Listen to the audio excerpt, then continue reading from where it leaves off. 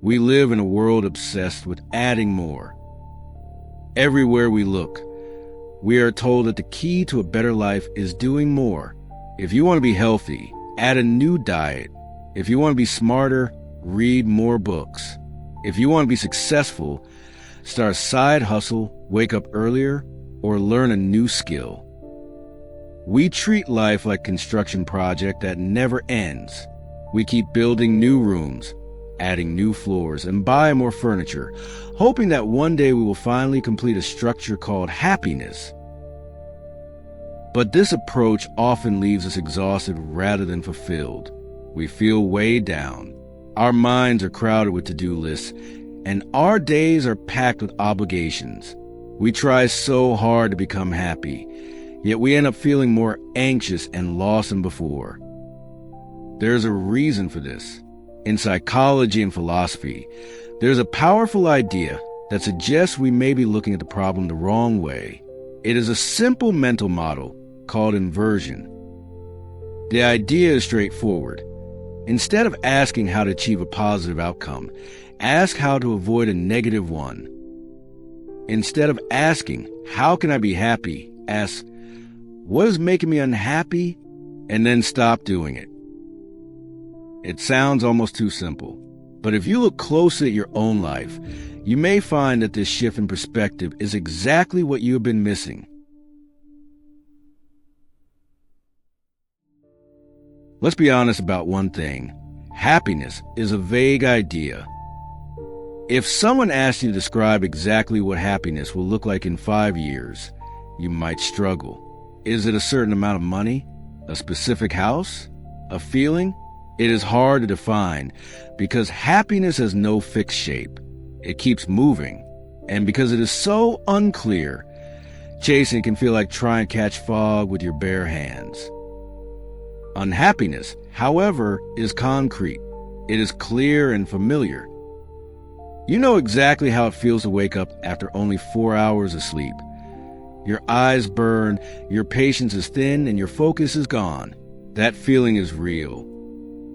You know how it feels to talk with someone who constantly puts you down or makes you doubt your worth. Your chest tightens. Your energy drains. That feeling is real. You know the stress of spending money. You don't need to impress people you don't even like. The anxiety is unmistakable. This is why inversion works so well. It pulls us away from the vague idea of future happiness and forces us to face the reality of present pain. We often believe we need some new secret to improve our lives, but most of the time, we already know what is hurting us. We don't need a new map.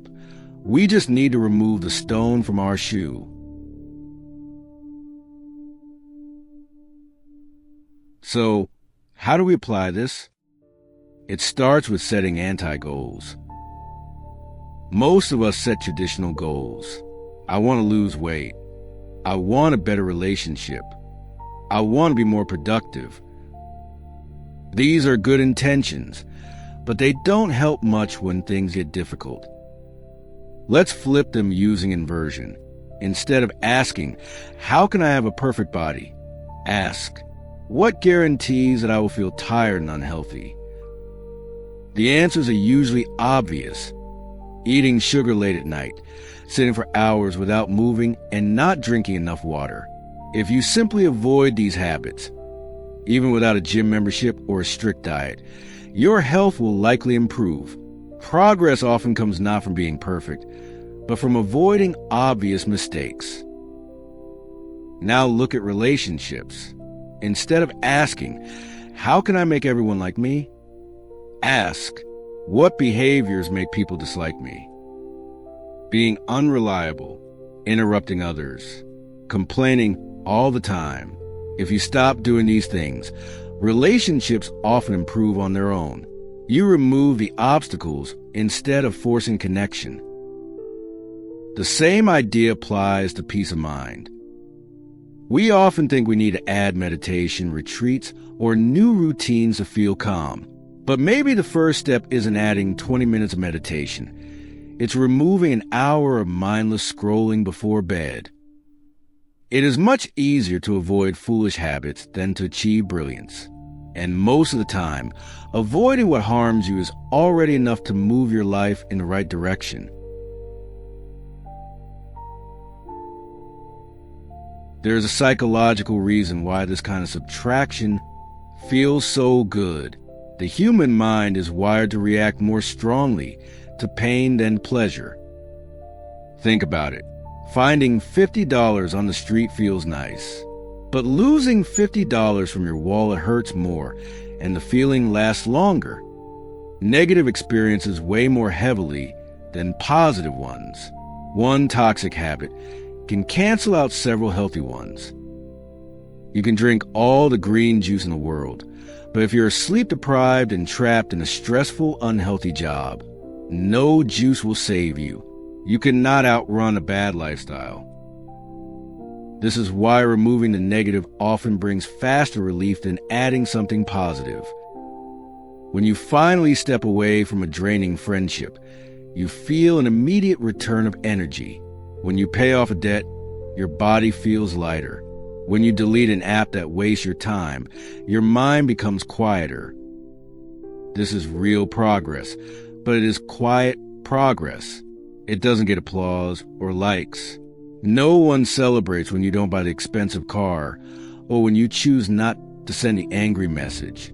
Yet inside, this is where peace actually begins. There's a beautiful idea in sculpture. An artist doesn't add a statue to a block of stone. The statue is already there.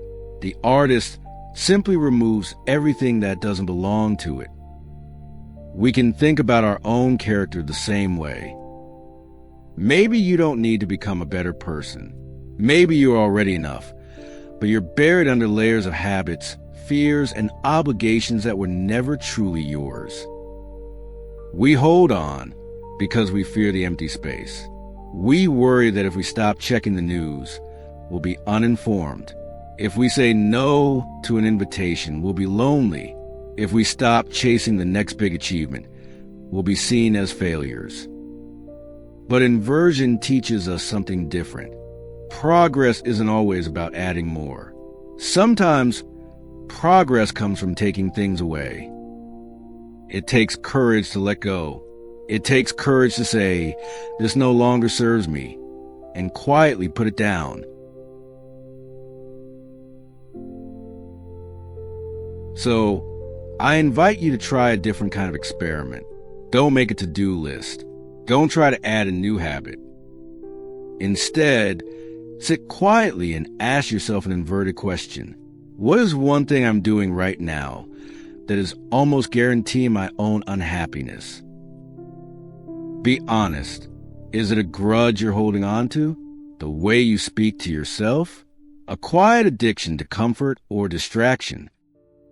Identify it, then put your energy into removing it. You don't need to solve your entire life today. You only need to remove the one piece that clearly doesn't belong. Happiness isn't something you chase. It's what remains when you stop feeding what makes you miserable.